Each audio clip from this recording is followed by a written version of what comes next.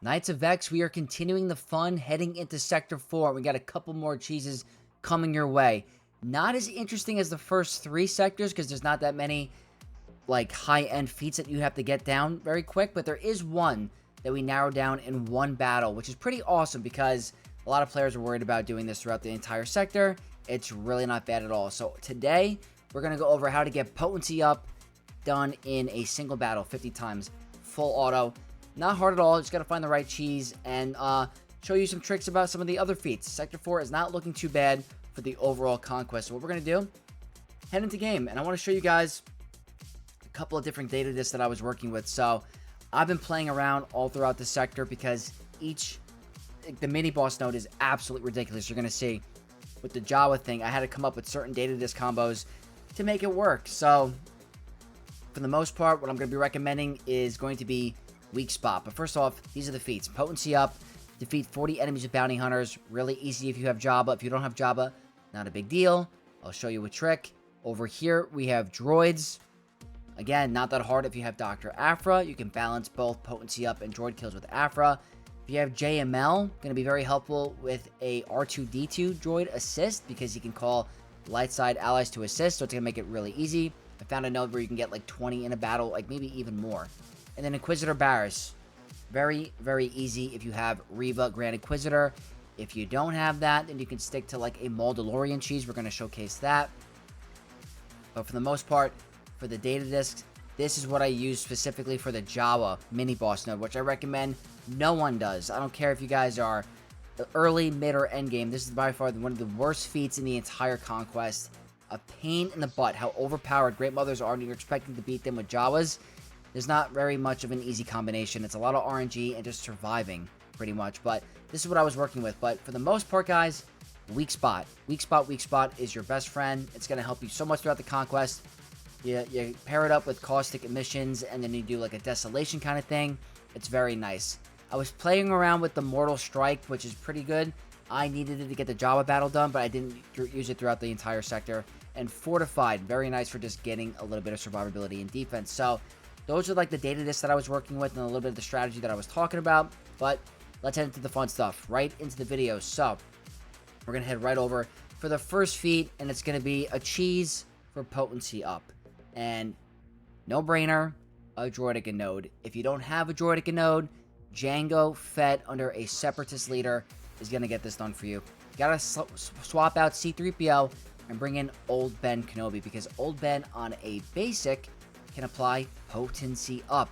So you do it on auto basic, you're going to get it done. If you're worried you're not going to get it done fast enough, put a assertive command data disc in the battle, because every time someone does a basic ability, someone else is going to be assisting, dealing less damage. So the more opportunities you're going to get to remove turn meter on Droidica while also getting that potency up with Old Ben. So what I'm going to do, we're going to get right into it. We're going to let this play out. And it looks like I'm waiting a little bit here. We're going to go on 1.5 speed. So I ended up finding a Droidica node under Django. And it looks like I'm using a volatile accelerator in this one as well for the dots. So very helpful. Every battle I was changing them on many different accounts. So I am using a volatile accelerator, which is applying damage over times for you throughout the battle every time you attack. So just helps you do a little bit more damage. Not essential for this cheese at all. But practically, as you can see here, I have 2 options where I could choose the cheese. So I could choose Django or I could choose Droidica. So kind of 2 birds with 1 stone. 2 opportunities. But I chose Droidica. I find it to be the most easy, I would suppose, because Django can get quite a bit of speed.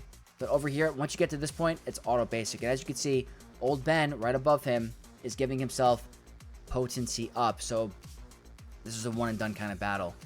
Also get your tenacity done. Global feat done with this one, which by now you're probably all going to have it, because if you have a single Droidica node in the entire conquest, this is going to work. So you play this out until the end, until it gets to the final 30 seconds or 10 seconds. So at this point, I'm like, I definitely have to have enough by the end of this. So I think when it gets to this 10-second mark, I'm like, all right, let's full-blown send it. And I absolutely murk him.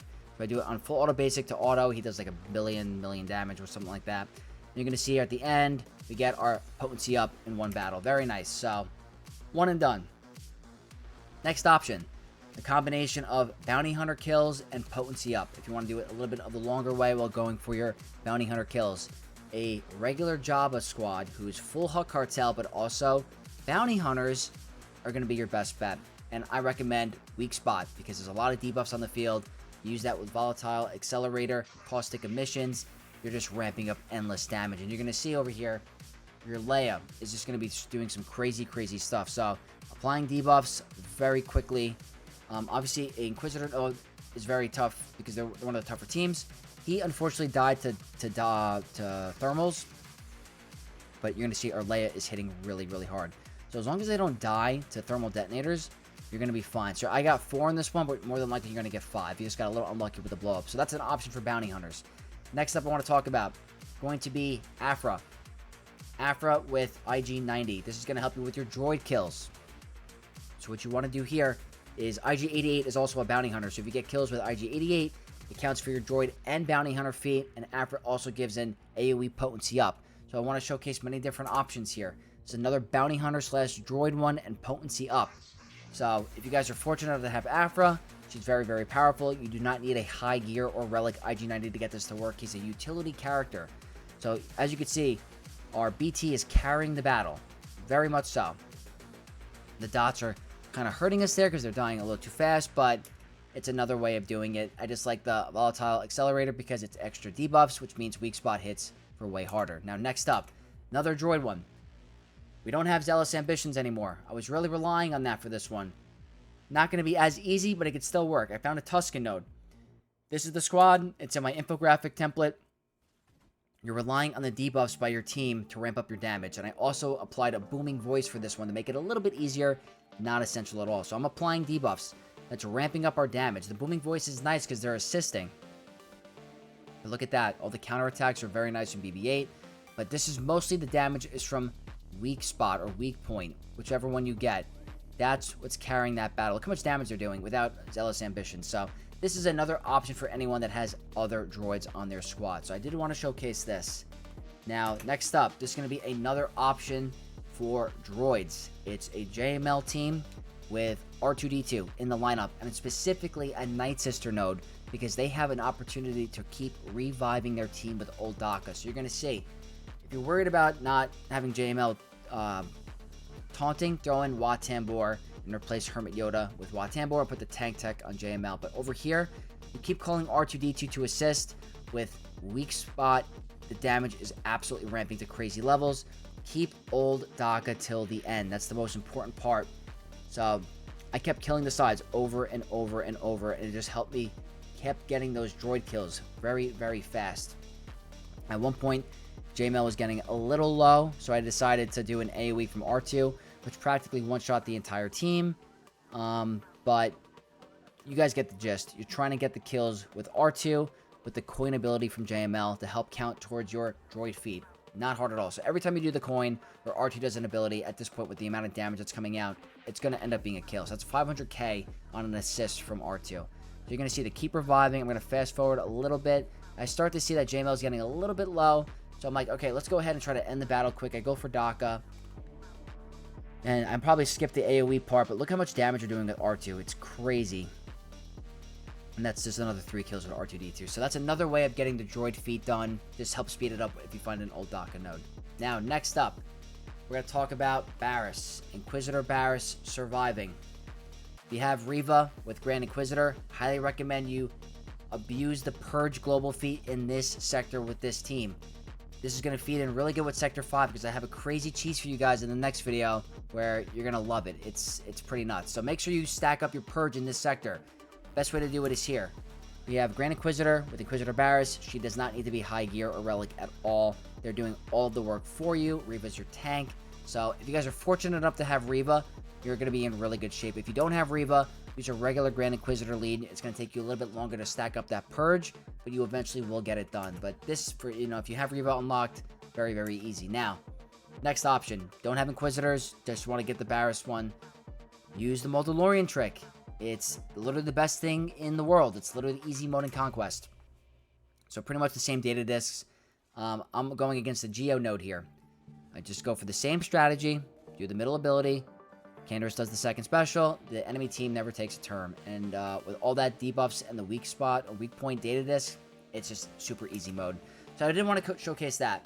Now, I don't know where it is. It might be later on in the video. I did do a recording of Bosk Bounty Hunters for the Bounty Hunter feat. If you don't have Jabba, Bosk Bounty Hunters with like Mando, Grief Karga, Dengar, and a 5th spot like Boba Fett or anything like that will help you get it done. So as long as you have like decently geared and relic bounty hunters that don't have to be Jabba, you find the right node. You could do like a Tusken node, a Phoenix node. You can get it done very, very fast. But this is going to be for the mini boss node for Great Mothers. You got to win with IG-90 surviving. So you could do the Mandalorian trick. I decided to go with Afra because I wanted to stack up with my droid kills. So I think the part to help with the RNG, if you have L337 available, she acts as a pre-taunting tank droid. So the chances of IG-90 getting doomed are less and less. So that's why I'm including L337 here. You're going to see throughout the battle what I'm talking about. We do end up losing L3 because they do a lot of damage. I mean, Great Mothers are no joke of a team, even in Conquest and PvE. So they put the doomed on L3. That's what I'm talking about. It lowers the chances of it going onto IG-90. So at this point, I'm just trying to land as much damage as I can. All those dots. Boom. We're starting to really, really do a lot of damage because of the weak spot data disc or weak point. It's one of those two. I think they both have the same name in different conquests, but just like that. Or IG-90's never touched. He takes a turn. That's how you're going to get it done. Now, this one. Oh my freaking god. Do me a favor. Skip it. I don't care what rank you are. Like I said earlier, this was the most toxic thing ever. It took me so long to figure out, and it still was RNG dependent. The one thing I'm going to say is, you're going to see in a second, I showed the data disc that I was working with. Same ones I showed in the beginning. The bottom one is fortified. I threw in defense booster and a max protection booster for survivability because they were not surviving. They're getting blown up. And even with those data disc and consumables combined, it's still an absolute nightmare. I do not recommend this at all. The only thing I couldn't find that I would recommend is the tech. There is a certain Jawa tech in the store or throughout Conquest you could find that's going to help them recover health and protection when a thermal explodes. So I would recommend, if this is your only chance of getting red crate is Jawas, throw in every booster you can with defense, max protection, survivability, the Jawa tech if you can find it, and just hope for some good RNG. Because I have 3 Relic 3 Jawas and 2 Relic 5s on this account. And it's all RNG with who they doom and who they mass swarm. It's absolutely terrible. So you're really relying on the heal immunity from your Mortal Strike and the thermals from Jawa Scavenger to pop off and kill them. The heal immunity is crucial. I feel like it's so important to stop them. But it's just an absolute nightmare. Obviously, you can see this battle freaking sucks. So I go for a big AoE here. Just quite not enough. This might be the battle I actually lose. Let me see. Is this the battle I lose? Yeah, so that's what I mean. I'm showing different RNG of this battle. I think I go in again, and I'm able to get it done in this one. So this is what I mean. I'm happy I showed one where I'm losing, because it is literally the most frustrating thing. I might even lose this one. Let me say, where did I put this Jawa battle? It is literally the worst thing ever. Maybe it's this one. It took me like multiple attempts. I'm not even kidding. It's terrible. This might be the one. This might be the one here. Yeah, I think I had some good RNG where they put the doomed on someone else. They went for the mass swarm on our Chief Nebbit. It's absolutely terrible. So this is the one. This is going to be the one we win. It just feels like RNG. Unless you get the right tech that boosts the Jawa's health and protection recovery when a thermal pops, I can't imagine this being easy or it being absolutely worth it.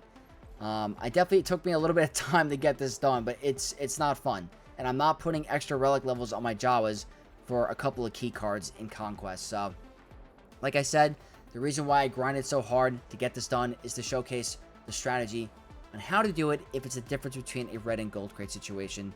So that's why I did show it. Full squad of Jawas. Terrible. It's 3 key cards. There's got to be better options for you guys to get gold or red crate. But I did want to showcase it. Now, final boss node. Win with Darth Vader Duel Zen. On both my accounts, I have higher relic Darth Vader Duel Zen, but it does not matter. The enemy team doesn't take a turn. Literally, there's only one point in the battle where they can, and it's an RNG thing. Mandalorians, Darth Vader Duel Zen. Same strategy we've showed for every single sector. You put the weapon tech on Maul. He targets 7th Sister. You want to get her out because she get the bonus turn. So that's why you do it. Then over here, just completely blow them up. Volatile Accelerator, weak point, weak spot, caustic omissions, all the fun stuff. Boom. You're going to get that done, and that's going to be your win. Well, I got the Bounty Hunter thing there as well because Jango must be getting kills. And win with Darth, Vader, duels, and surviving. Not bad. Last one. Win without using any... I actually forgot what it was. I forgot what it was, but this is the team I used. Just swap out Darth Vader Duel's End and use OG Bow. Really easy.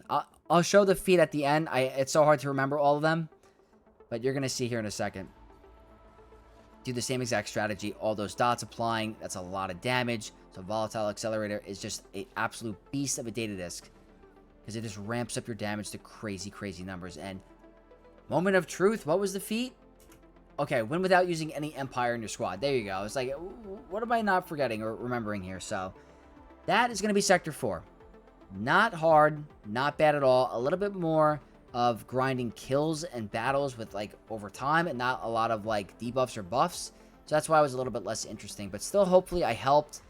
Be on the lookout for Sector 5, guys. I got some really good stuff. I'm talking one battle for everything. Literally everything. So, if this did help you, don't forget to share it with your guilds, leaving a like, comment down below, and subscribing for more content, guys. We're on the road for 10,000 subs. I can't wait to get there. So, may the Force be with you all, and I'll catch you guys in Sector 5.